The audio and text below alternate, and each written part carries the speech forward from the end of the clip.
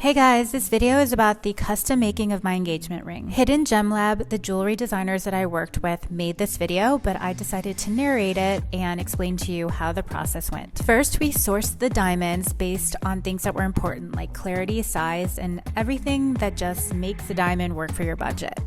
Once we found the right center stone, we searched for the two side stones that were an exact match based on color and clarity.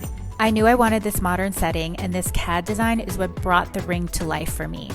It shows the proportion, three-dimensionality, and detail of design of the ring before it's actually made. From there, a printed out wax version of the setting is made for me and was sent to me. This is what it looks like with the diamonds in it. And here's what I actually received in the mail, which I keep for sentimental value. It allowed me to try it on, give Hidden Gem Lab feedback about how it fit, and any adjustments that needed to be made.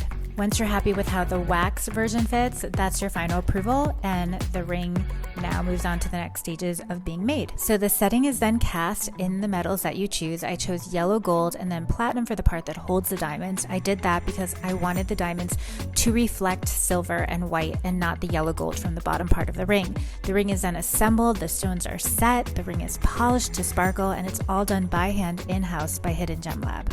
It takes about 6 to 8 weeks for an entire custom process like this. And yes, my fiance and I designed this ring together every step of the way that I've described to you.